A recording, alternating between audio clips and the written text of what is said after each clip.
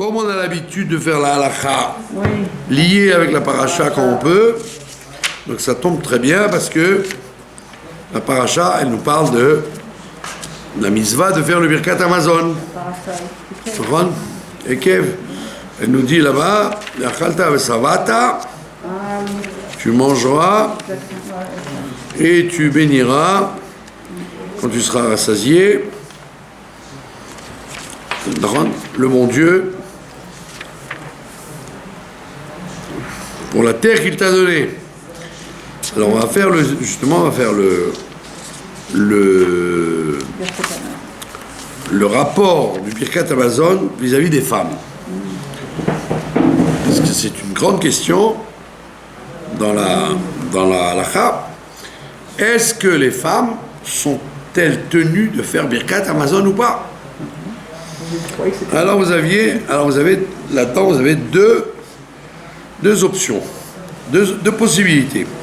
Soit on va dire que les femmes doivent faire Birkat Amazon, d'après la Torah. Pourquoi? Parce que c'est une mitzvah qui ne dépend pas du temps. Il n'y a pas écrit tu dois manger à telle heure. Il y a écrit quand tu mangeras, tu feras Birkat. Si une femme elle mange à 3h du matin, ça n'a aucune incidence sur le temps où elle mange. Donc j'aurais dit, puisque les femmes sont dispensées des mitzvot liées au temps, alors Birkat Amazon, c'est pas lié au temps. Donc, d'après la Torah, la femme serait tenue de Birkat Amazon. Mais maintenant on a un doute. Peut-être que c'est pas ça peut-être qu'elle aurait une dispense par un autre biais. Quelle serait la dispense? C'est qu'il y a écrit dans le Birkat Amazon sur la terre que je te remercie pour la terre que tu m'as donnée. Ça veut dire que pour être obligé de Birkat Amazon, il faut avoir une part à la terre d'Israël. Or les femmes n'ayant pas de part à la terre, puisqu'elles sont liées à leur famille, elles n'auraient pas besoin de faire Birkat. Parce que tu m'as pas donné de terre, je suis pas obligé de faire un Birkat. Dans le verset c'est écrit.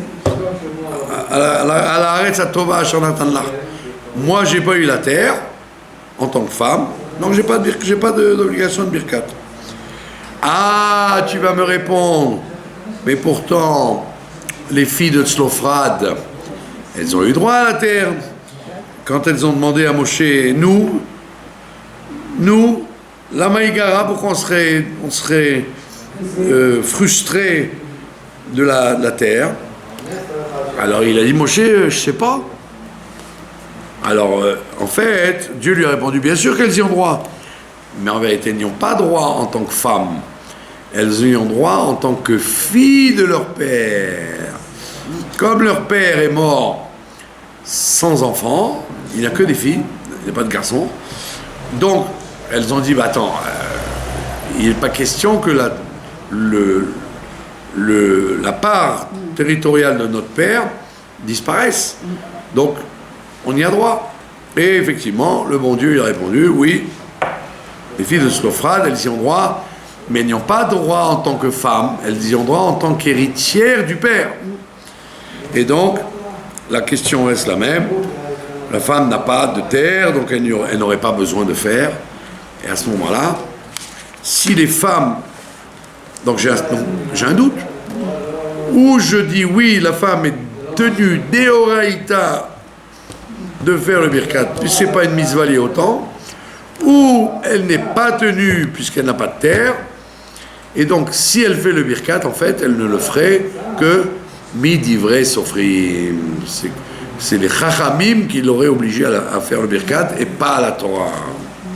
Ça veut dire que dans chaque occasion, on a un principe classique, que quand il y a un doute, si c'est un doute sur la Torah, eh bien je recommence. J'ai un doute.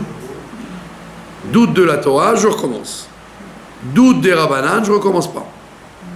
L'autre fois, il y avait quelqu'un qui est venu, un matin, il me dit, voilà, j'ai je dois monter à Razan parce que j'ai perdu mon père. Alors j'ai dit, ben pas de problème. Il m'a dit, mais attendez, j'ai un problème parce que ce matin, je ne me rappelle plus si j'ai fait les brachot. Je suis parti de la maison, mais je ne me rappelle plus si j'ai fait les brachot. Qu'est-ce que je fais? Ah ben j'ai dit, ben vous ne le faites pas. Parce que les brachot sont des Rabbanan. D'accord? Donc pareil, la femme, dans le cas où une femme, elle aurait oublié de faire Birkat Hamazon. Elle a oublié de faire Birkat Hamazon. Si je dis qu'elle est Chayevet d'Oraïta, alors, il faut qu'elle refasse. Peut-être qu'elle n'a pas fait. Mais si je dis qu'elle n'est Chayevet que des Rabbanan, alors je dirais, madame, c'est pas grave, vous avez oublié, ben, on ne prend pas le risque de vous refaire faire pour rien. Donc le risque va, le doute va rester en fait tout le temps. Il est tout le temps. C'est pas qu'on a tranché le doute. Non, c'est pas tranché, ça reste comme ça. Donc quoi? Donc quand on a une femme à un safek, comme j'ai peur qu'elle soit obligée d'Eoraïta, je lui ai dit, vous savez quoi, madame? C'est vrai que j'aurais pu vous dire votre chiyuv n'est que de Rabbanan, donc vous n'avez pas besoin de refaire. Mais peut-être que non. Peut-être que votre chiyuv est d'Oraïta. Et donc, pour sortir du doute, Rodrigue, ôte-moi d'un doute. Alors, qu'est-ce que je fais? Je dis à la dame, eh bien, vous allez vous relaver les mains et vous allez encore remanger sans bracha, vous allez remanger encore sans bracha. Vous allez remanger encore une tranche de pain. Pourquoi je dis sans bracha? Parce que si elle est obligée de birkat, donc il n'y a pas de raison qu'elle refasse encore Netzila et Motzi, puisqu'elle est dans le même repas. D'accord? Donc je lui dis, sans bracha, vous remangez une tranche de pain, vous allez vous laver les mains sans bracha, vous allez prendre le pain sans bracha, vous le trempez dans le sel, vous mangez, et vous faites le birkat en disant, c'est un principe qu'on utilise tout le temps, Miman afshach, on dit, de deux choses l'une. Soit je suis chayevet, donc la tranche de pain que je mange, je vais faire le birkat sur elle, plus sur ce que j'ai mangé avant. Si je ne suis pas obligé, je ne ferai le birkat que sur cette tranche de pain que je mange maintenant. C'est la seule solution pour sortir du doute. D'accord? Maintenant, qu'est-ce qu'il peut y avoir comme cas de figure? On voit que dans le Birkat Hamazon, si quelqu'un ne sait pas ou ne peut pas faire le Birkat, il peut se rendre quitte de quelqu'un. Donc, une femme, elle a mangé du pain, son mari, il a aussi mangé du pain, ou son fils, ou son frère, ou son père. Et comme on n'a pas l'habitude de faire le birkat en français, ou on raccourcit, on essaie de le faire vraiment bien, entier. Donc le père, par exemple, il dit, écoute, ma fille, tu sais quoi, moi je ne sais pas bien lire en hébreu, je ne sais pas trop faire le birkat, mais toi tu habites à Jérusalem, tu sais bien lire, rends-moi quitte s'il te plaît. Ou alors sa mère, ou son frère, alors, qu'est-ce qu'elle va dire? Ah non, moi je peux pas, hein, c'est pas sûr que je sois obligé. Hein. Alors, qu'est-ce qui se passe? Elle ne peut rendre quitte quelqu'un d'autre, homme, femme, enfant, qui vous voulez, que s'il n'a mangé que une quantité où il n'est chayav que de Rabbanan.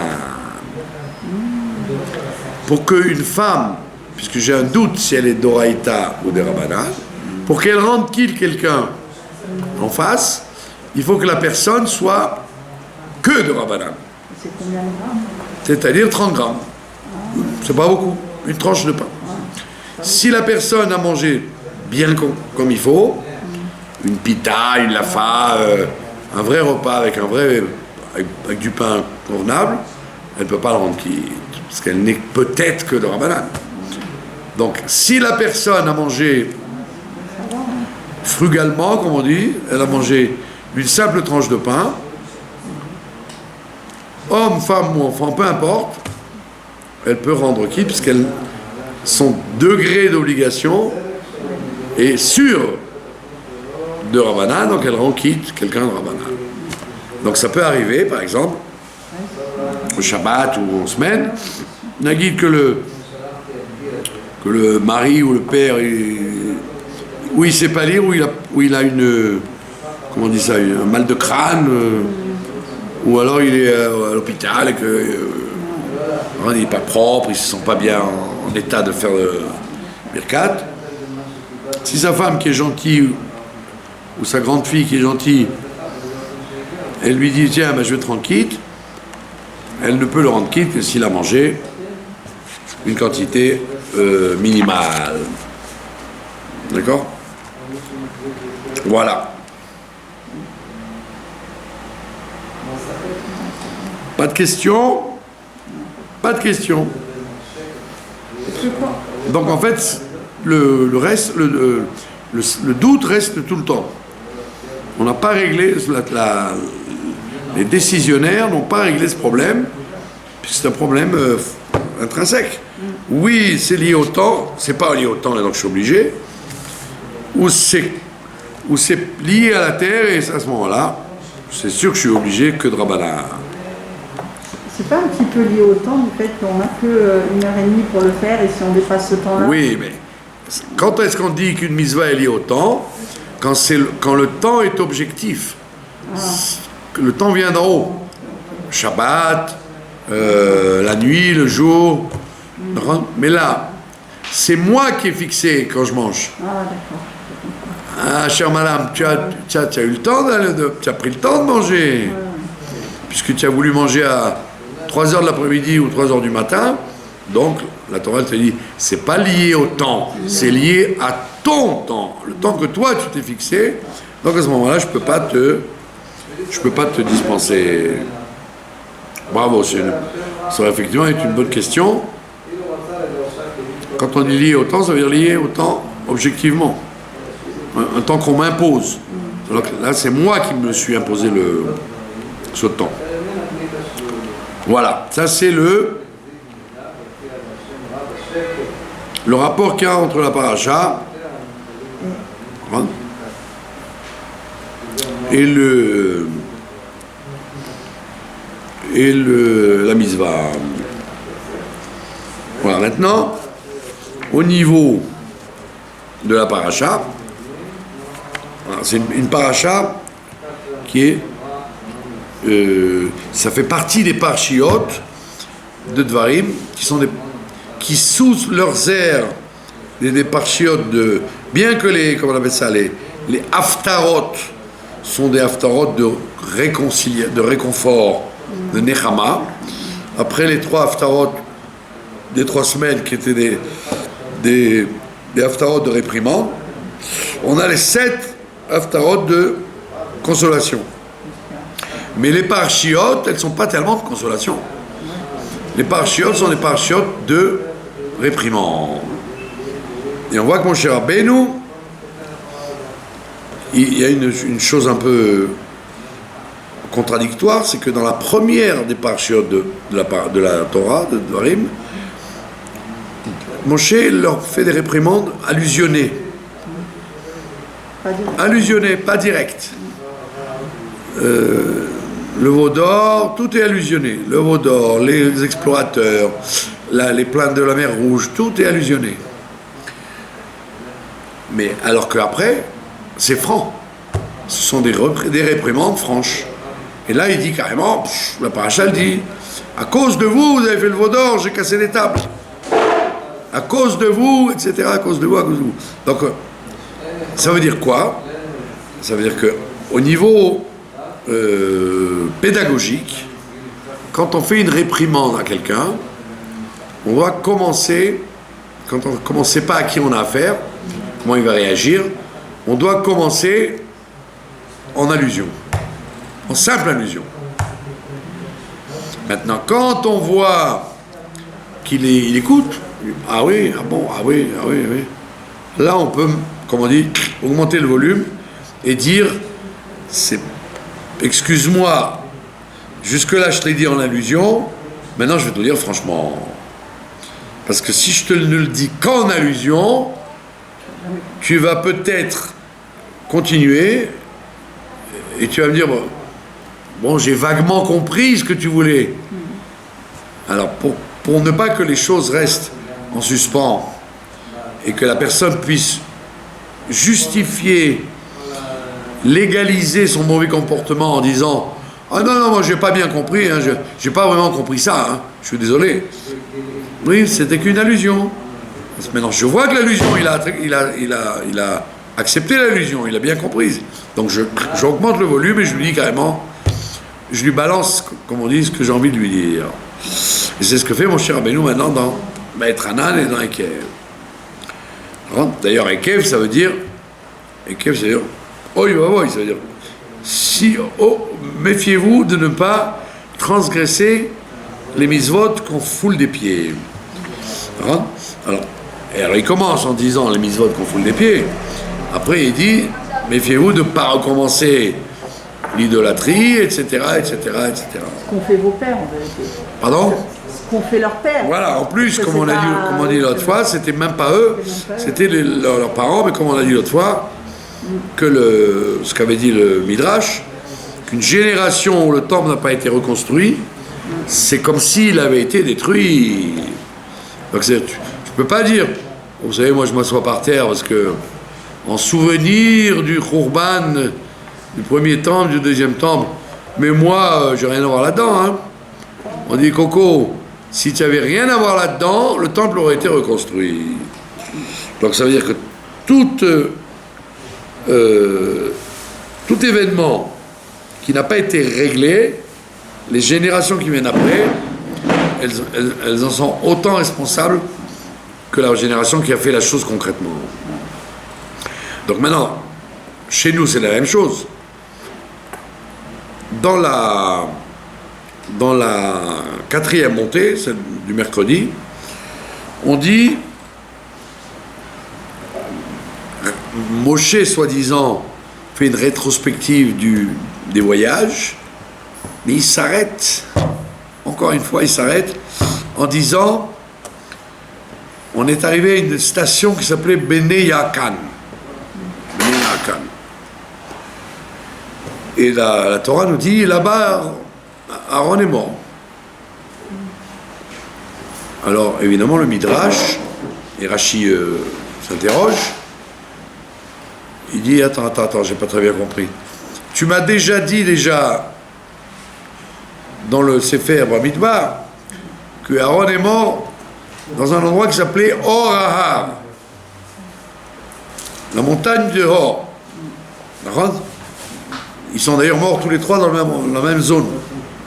Ce qui est là, aujourd'hui, c'est la Transjordanie. Or Ahar. Maintenant tu me dis Bnei Yaakan, je comprends pas très bien, c'est pas le même endroit du tout. C'est très loin, Bnei Yaakan de Or Ahar. C'est pas comme tu dirais Shrem, territoire de Shrem, bon alors il y a Dotan pas loin.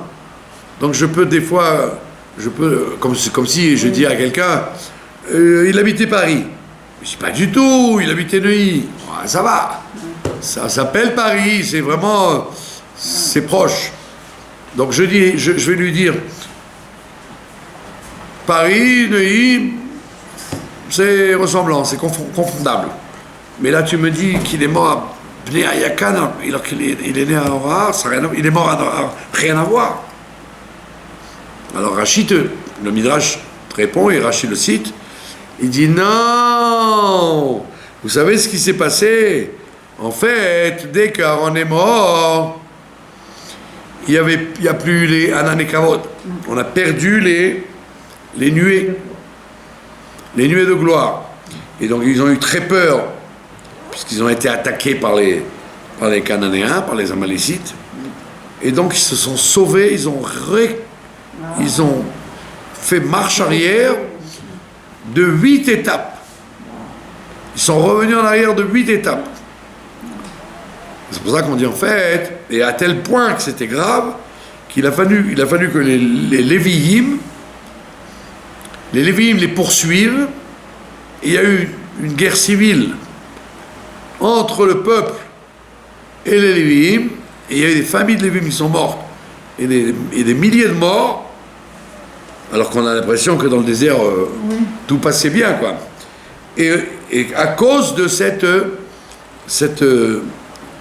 retour en arrière. Ça veut dire quoi? Ça veut dire que les Béné Israël, en vérité, ils ont compris que la mort d'Aaron leur a enlevé la protection.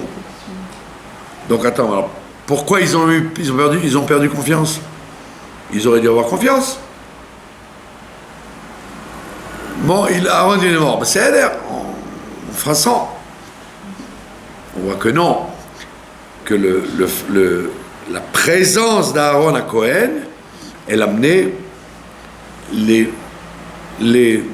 nuées.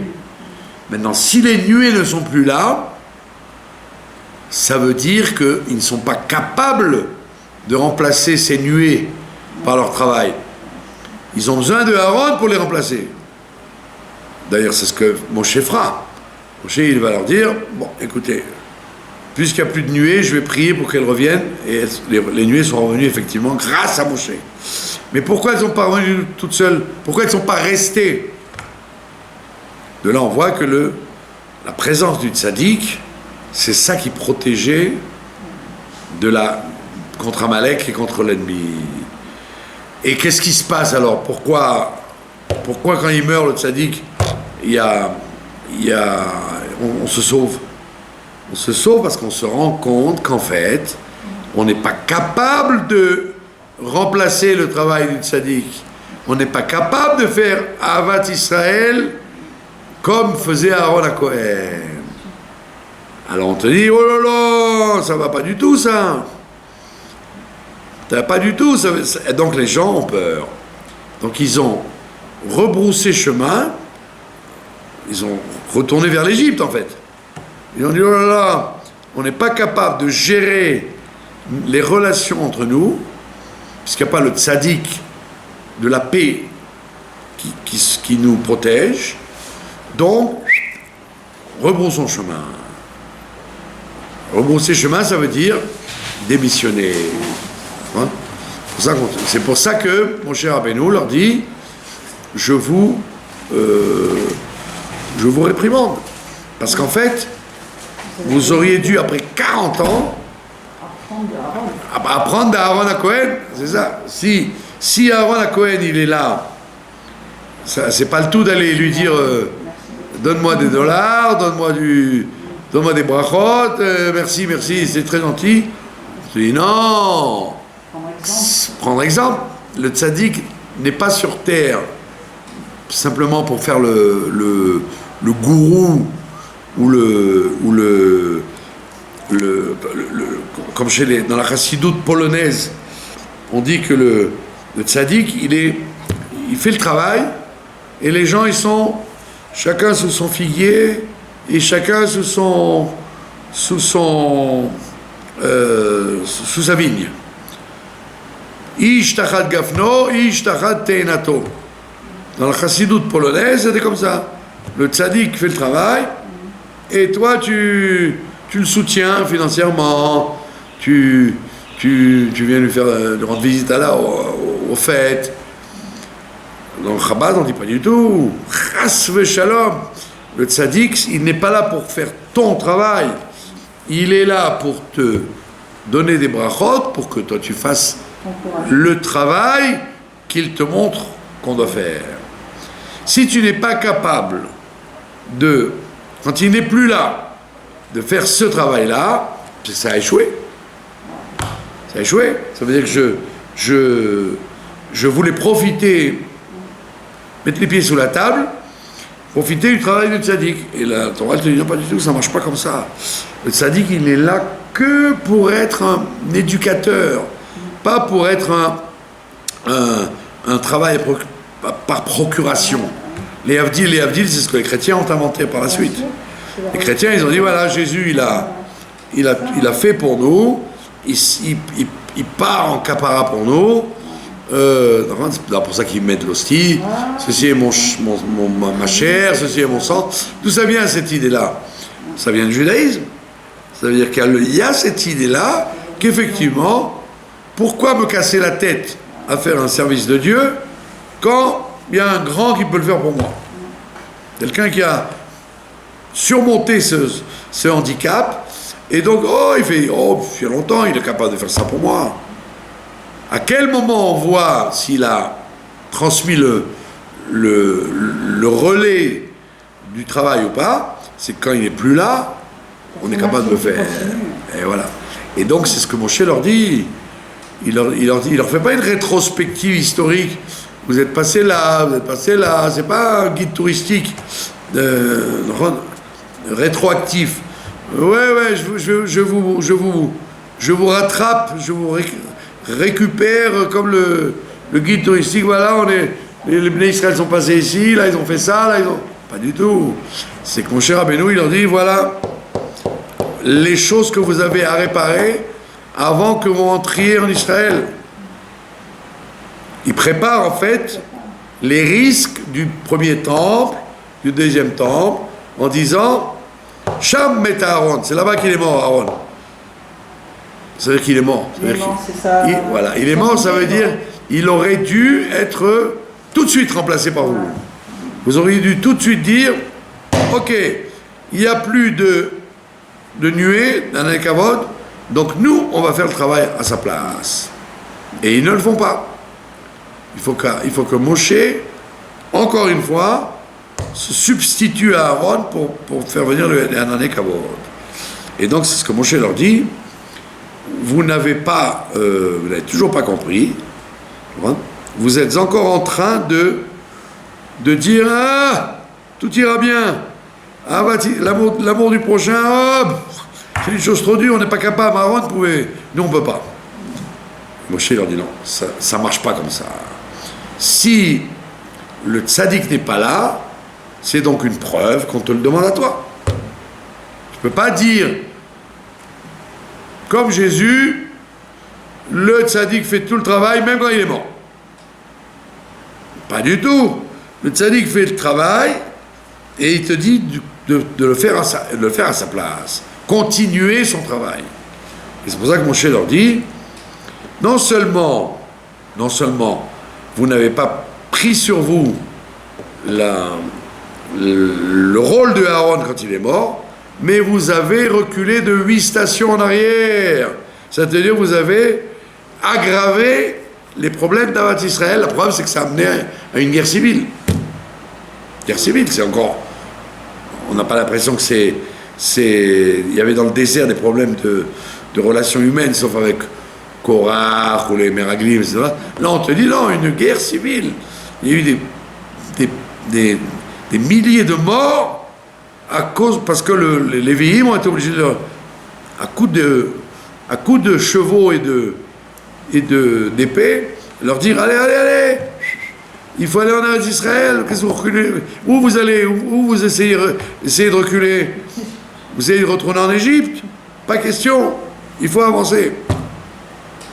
Donc on voit bien que la réprimande de Moshe, elle est très dure. Elle leur dit, en fait, vous avez échoué encore une fois dans le problème d'Avat Israël. Et quand est-ce qu'on dit ça? Parshat Ekem, on la lit toujours après Tisha B'Av. On ne la lit jamais avant, on la lit toujours après. Ça veut dire, allô, qu'est-ce qui se passe? Tu t'es assis par terre pendant Tisha B'Av? Ah, pourquoi? Il y avait Sinat Rinam entre nous. Et après, l'après-midi, on s'est levé, on a lavé le parterre, on a commencé à faire des lessives, et on a oublié Tisha B'Av. Alors on te dit, ok, Nachamou, tu as été réconforté, bravo, Kol HaKavod. Maintenant, la semaine d'après, on te dit, hey, la Nechama, elle t'a amené à rectifier la chose encore? Non. Et non seulement tu n'as pas rectifié la chose, mais tu recommences les mêmes erreurs. C'est pour ça que mon cher Rabbeinu, il nous répète encore une fois dans Ekev qu'on n'a pas réparé le sujet de Sinatrinam. Et la preuve, les Cananéens, les Amalécites en vérité, les gens d'Amalek déguisés en Cananéens sont venus pour les attaquer. D'accord ? Donc ça veut dire que tant qu'il y a de l'animosité contre nous, c'est une preuve que nous avons encore des problèmes avec Amalek. Alors cette année, puisqu'il faut toujours comparer avec l'actualité. L'actualité, on est à une période où rien n'est caché. J'ai regardé des photos après la guerre 14-18, il y a eu la fameuse grippe espagnole qui a tué 60 millions de gens. Alors, ils ont fait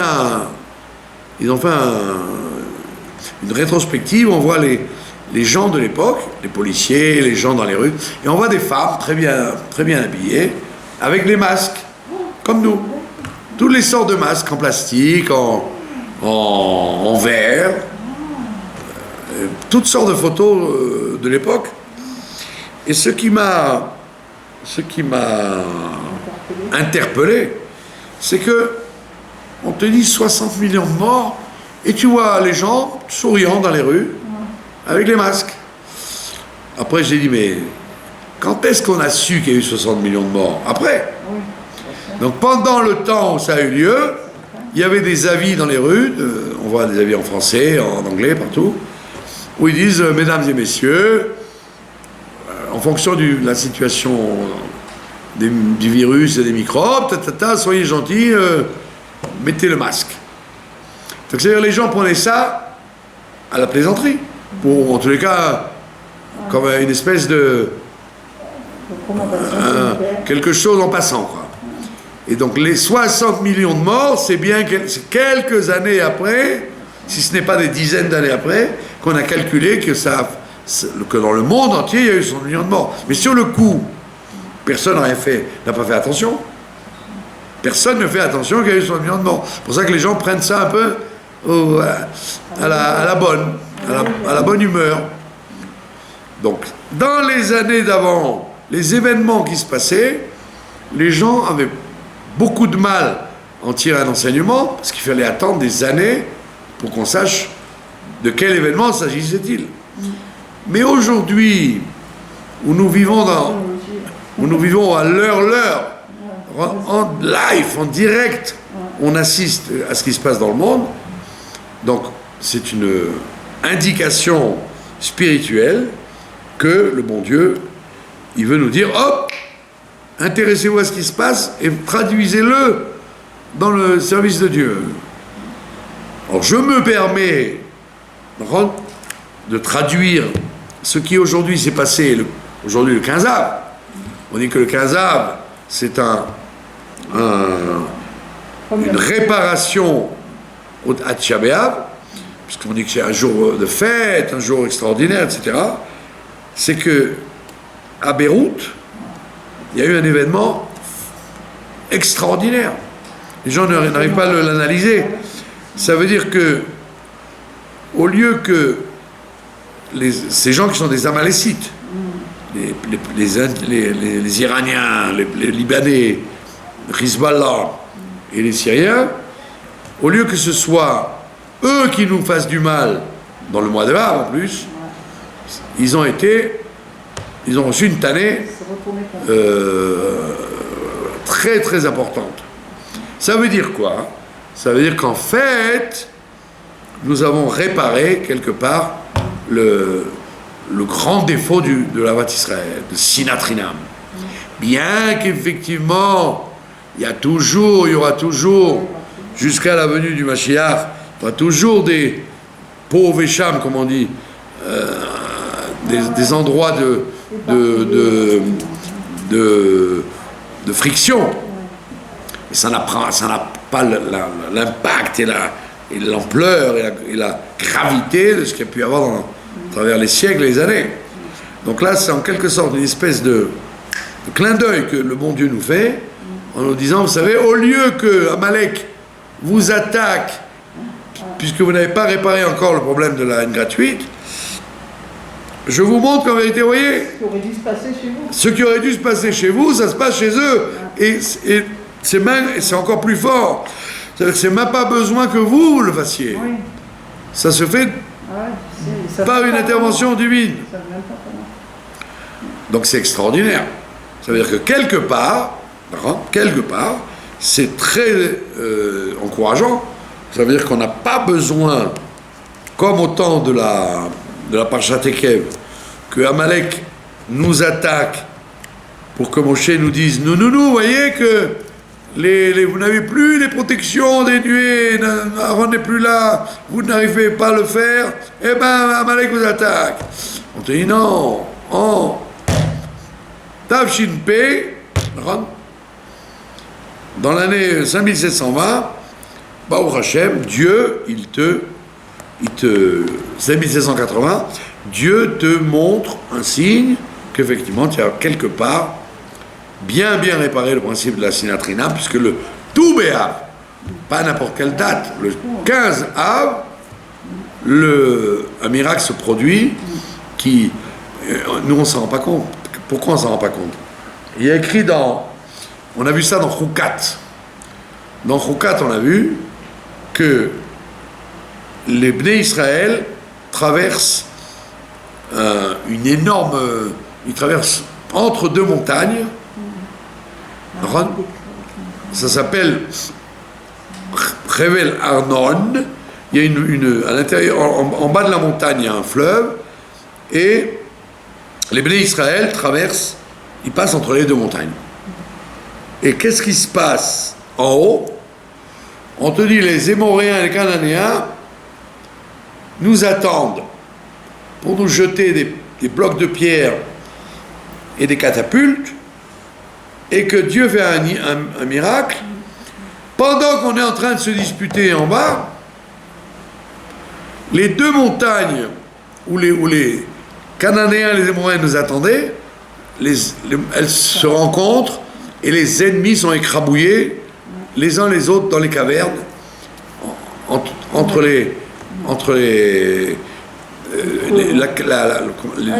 pics, voilà, les pics rentrent dans les vides. Et tous les gens qui nous attendaient en embuscade, ils sont écrabouillés, et juste après, les Juifs chantent la Shira. La Shira, il dit, et nous, la Shira du fleuve, du puits, et ils voient du sang à l'intérieur de l'eau. Et tout le monde, évidemment, s'interroge. C'est quoi ces fleuves de sang? Et Rachid nous dit, c'est le sang de tous les ennemis qui a coulé en bas. Et ils l'ont su ou pas? Et alors, ils l'ont su parce qu'il y a eu le sang qui est coulé. Et Rachid nous dit, de là, tu apprends que quand tu fais un cadeau à un enfant, tu dois le dire à sa mère. Si tu donnes du chocolat à un enfant, tu as un enfant, tu l'as gardé, Oui. après tu lui dis, bon, rentre chez toi maintenant. Mais tu lui donnes du chocolat. Maintenant, il dit, tu lui donnes du chocolat, alors mets-en un peu sur les joues, pour que sa mère, elle dit, oh, pourquoi tu as du chocolat? Elle dit, parce que c'est la dame qui m'a donné du chocolat quand je suis parti. Ah, donc Rachid te dit, quand tu fais un cadeau à un enfant, comme lui n'est pas capable de rendre, eh ben, il faut que sa mère le sache, que tu as fait un cadeau à son fils, et donc, il faut le dire à sa mère. Comment tu le dis à sa mère? En donnant un signe. Donc la même chose. Les Bnei Israël, n'ayant pas été capables d'apprécier le nes qu'on leur fait, eux ils se disputent comme d'habitude en bas. En haut, Dieu il leur règle le problème, et ils vont même pas remercier le bon Dieu, ils sont au courant de rien.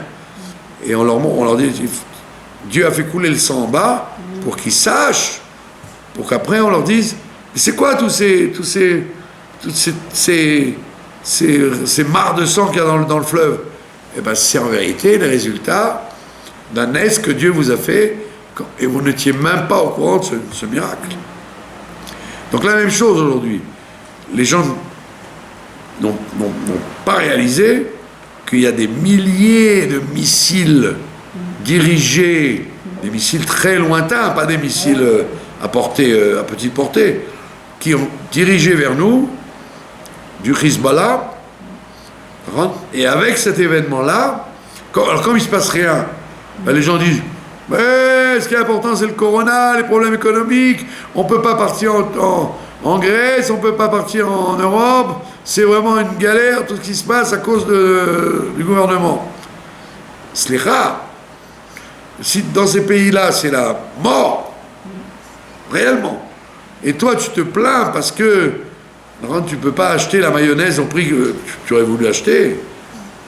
Donc, ce qui se passe, c'est qu'il y a l'armée israélienne le sait, les services secrets le savent, qu'il y a des milliers de missiles à longue portée dirigés vers nous, et que l'État d'Israël a très peur de ça. Et puis, vient un miracle, le 15 Av, où Dieu il te dit, tu sais quoi, avec ce qu'ils viennent de recevoir dans la figure, ils ont d'autres chats à fouetter que de s'occuper de t'envoyer de te faire des problèmes.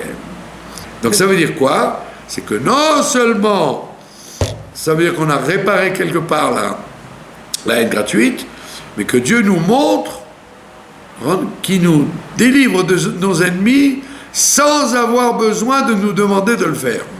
Donc c'est un spectacle général où on devrait louer le bon Dieu jour et nuit. Peut-être que même ce corona qu'il y a eu, oui, c'est le médicament pour entraîner l'amour gratuit, parce que grâce à ce corona, les gens ils vont rendre visite à ceux qui sont en très bien, exactement. Ils vont leur amener à manger. Exactement. Il y a ils vont faire créer des groupes pour les gens qui exactement. Il y a ils vont réaliser que finalement ils sont rien et que on est tous un peuple ensemble. Exactement. On peut y voir exactement. On peut y voir comme un médicament pour une bénédiction des choses, que tout ce que fait Dieu c'est pour le bien. Et qu'il arrive quelquefois qu'il ne nous demande même pas notre avis. C'est pas qu'il nous dit je vais vous demander quelque chose. Il nous met au pied du mur, et que des fois on est obligé de faire un tikkun qu'on n'aurait jamais voulu faire par la force des choses. Et donc c'est très intéressant parce que quand le Admor Hazaken il dit il faut vivre toujours en fonction de la paracha de la semaine. Donc tu dois gratter un peu en disant c'est vrai qu'on aurait pu se taper encore sur la poitrine en disant on n'a pas réparé l'histoire d'Aaron Cohen, et tu vois qu'en fait oui on a réparé. C'est très fort, c'est très beau. D'accord? C'est pour ça que le Tou B'Av, on te dit que c'est la remontée après la chute du Tisha B'Av. Tu vas dire où est la remontée? Oui, parce que comme la chute était extrême, la remontée doit être aussi très très grande. Une montagne russe.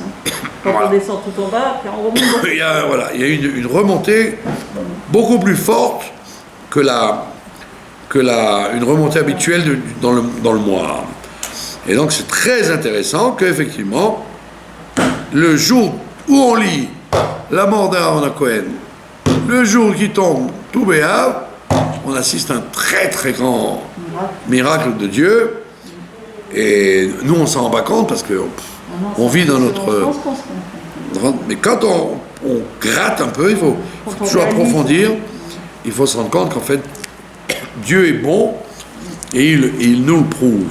Alors effectivement, que Dieu bénisse les médias, au lieu d'en rajouter là-dessus, ils se sont empressés de dire « Ouh là là, s'il nous arrivait la même chose dans le port de Haïfa, que les raffineries sautaient, c'est-à-dire il faut absolument faire du dramatique, et du construire sur de l'irréel, de l'imaginaire, au lieu de se réjouir de l'objectif, de quelque chose qui s'est passé. » Donc ça, c'est pour ça que de moins en moins, il est conseillé de se relier aux médias et aux informations parce que ils visent à côté. Au lieu de s'attacher aux problèmes réels et aux solutions réelles et au côté positif des choses qui se passent, on va s'attacher au côté dramatique, pas de parnassa, pas de voyage. C'est faux, c'est complètement faux. Et même les mariages, on dit, ah, vous vous rendez compte, j'avais prévu 500 personnes, là je ne pourrais inviter que 50 personnes. Pourquoi les mariages où il y a 500 personnes sont plus réussis par la suite dans l'éducation des enfants et le shlom bayit? Tu as dépensé de l'argent pour rien, c'est tout. Mais au temps d'avant, ils ne faisaient pas des mariages aussi. Voilà, avant les gens s'invitaient à la maison. Et après, ils ont commencé le coup des traiteurs et le coup des salles et le coup et l'escalade. Un jour, j'étais à un mariage, j'étais obligé d'y être. Le marié et la mariée sont arrivés dans un carrosse. Un carrosse, carrément, comme Louis XIV. Ouais. Un carrosse avec 2 cochers. Et après, ils ont fait un vol de pigeons qui sortait de la pièce montée. Enfin, c'était impressionnant, quoi. Ce mariage a fini par un divorce. Quelques années après, j'ai appris qu'il a fini par un divorce. Alors, pourquoi faire? Donc, revenons à l'essentiel, aux choses de base, aux choses plus pures, plus réelles, plus authentiques. Et donc, Bezrat Hashem, il faut voir justement, dans tout ça, il faut voir le positif. C'est pour ça que il faut se consacrer au début de la paracha, avant les réprimandes graves sur le veau d'or et sur ce qu'on a fait. Rappelle-toi du début de la paracha. Vaya Ekev Tishmeun, où Rashi s'interroge pourquoi on dit Ekev. On voit rarement ce mot-là, Ekev, à cause de. Dans le cas où. Alors Rachid dit non, tu sais très bien qu'Ekev, ça veut dire le talon. Alors donc, c'est pour ça que Rachid te dit hop. Vaya Ekev Tishmeun, les choses qu'on foule du talon, fais-y très attention. Vaya Ekev Tishmeun, c'est-à-dire ne dis pas globalement, moi je fais les mitzvot en gros, mais les petites choses, allez, ça va, Dieu il pardonne. De parler pendant la tfila ou des choses de chinour. Tout ce que l'on peut faire de détail, la Torah te dit, fais-y attention, ne sois pas négligent en disant il n'y a que les grandes choses qui m'intéressent. C'est faux. Même les petites choses sont importantes. Imagine-toi que dans un laboratoire pharmaceutique, on commence à dire, bon, 3 mg près, 4 grammes, c'est pas grave. À 1 mg près, tu empoisonnes quelqu'un en médecine. Donc la même chose dans les mitzvot, il faut rentrer dans le détail et ne rien laisser passer au hasard. Alors c'est pas, en vérité, ils ont foulé du pied la mitzvah de Avat Israël. Ils ont foulé du pied, non. La mitzvah d'Avat Israël. Non, ça, fouler du pied, ça tient pas le droit. On te dit fouler du pied des petites choses. Voilà. À plus forte raison, les grandes choses. Mais au moins ne foule pas du pied. Les petites choses amènent aux grandes choses. Voilà. Ne crois pas que les petites choses sont des petites choses. Il n'y a pas de petites choses. Au début, c'est petit. Tout est important parce que tu ne connais pas la taille de l'impact de ce que tu fais. L'impact, tu n'as aucune idée de l'impact.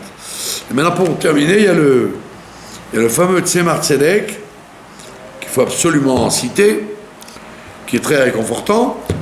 Il prend le début de la paracha carrément. Il te dit Ve'aya Ekev Tishmeun. Alors il dit, dans la tradition, on sait très bien, c'est une Gemara qui nous dit ça, quand il y a écrit Vayehi, Vayehi, c'est pour annoncer des malheurs.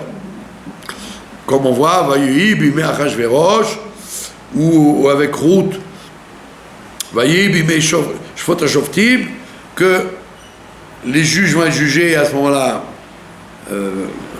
le mari de Naomi va mourir et ses fils.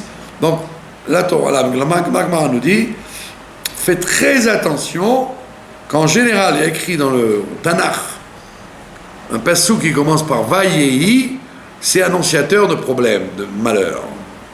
Par contre, quand il y a écrit Ve'aya, c'est annonciateur de bonnes nouvelles.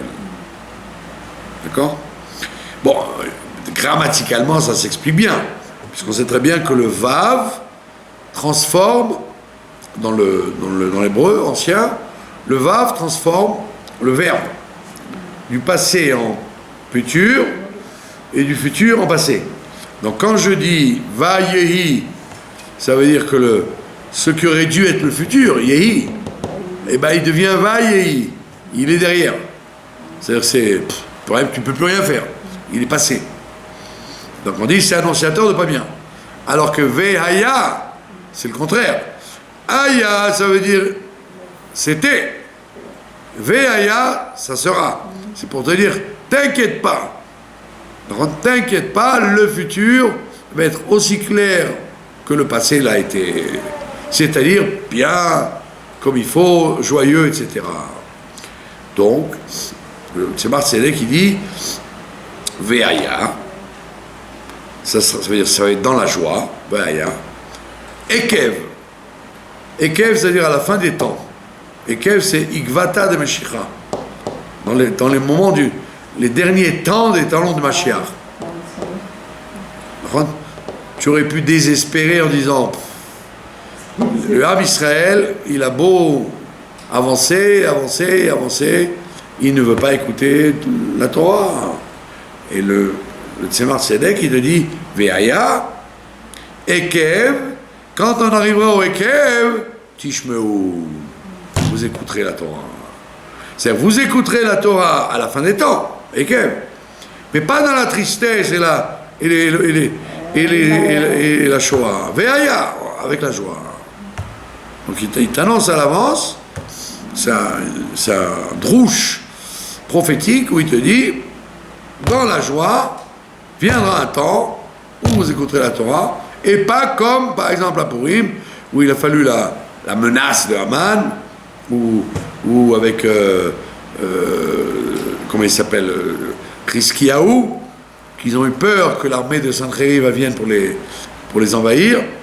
Ce sera dans la joie, c'est-à-dire sans avoir besoin de menaces extérieures. Voilà, donc Yehiratzon, si Dieu veut, Dieu va réaliser la Géoula, puisque nous avons commencé à respecter la Torah dans la joie à la fin des temps de cette galoute. Je vous remercie de votre attention. Une question. Comment, pendant 40 ans, Aaron, il n'a pas réussi à influencer le peuple? Et il y avait des grands dans le peuple. C'était pas. Comment il n'a pas réussi à les influencer en tant qu'éducateur? Donc il n'a pas eu ce rôle d'éducateur d'influencer dans la gratuite. C'est pour ça que le Tanya nous dit, malheureusement, on peut avoir les plus grands dévoilements de Dieu, de la bonté de Dieu et de la grandeur de Dieu et des obligations de ce qu'on doit faire. La volonté, elle est aussi forte chez Dieu que chez l'homme.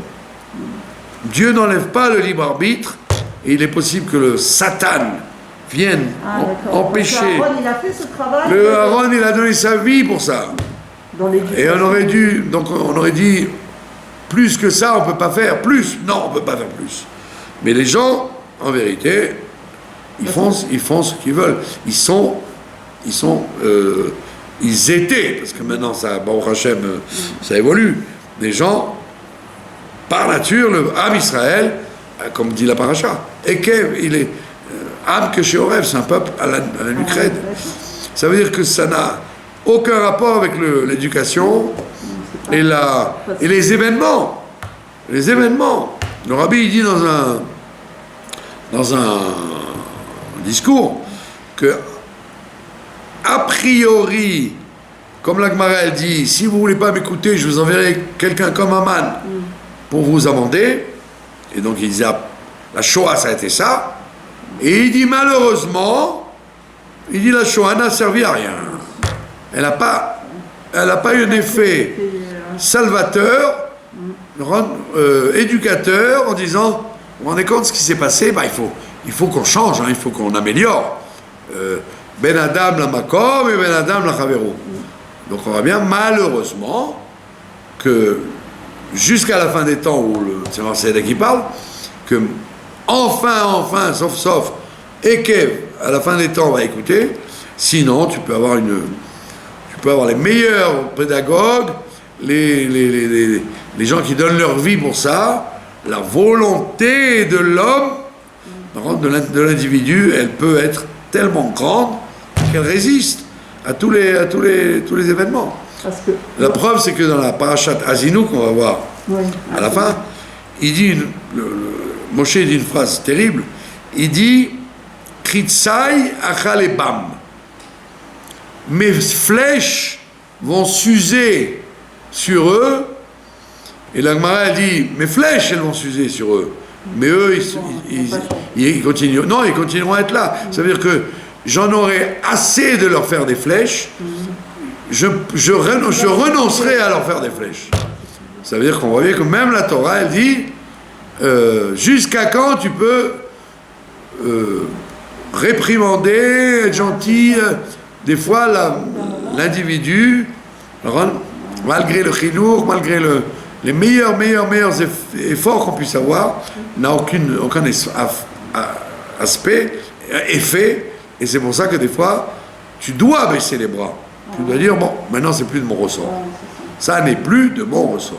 Parce que le rabbi, il a beaucoup influencé, parce qu'il y a eu des sourires. Donc on va bien, voilà. Le rabbi l'a renversé. Il a renversé le côté que ce que la Shoah n'a pas pu faire. On voit que ça a eu un premier effet. Et la suite, après, maintenant il y a le corona, il y a d'autres phénomènes pour arriver au même résultat. Donc ça veut dire que, en fin de parcours, Dieu gagnera le match, et notre Nefesh Elokit aussi, mais il a fallu quand même... la nuque un peu moins verte. Il a fallu adoucir la nuque, voilà, exactement. Voilà. Je vous remercie de votre attention et Shabbat Shalom.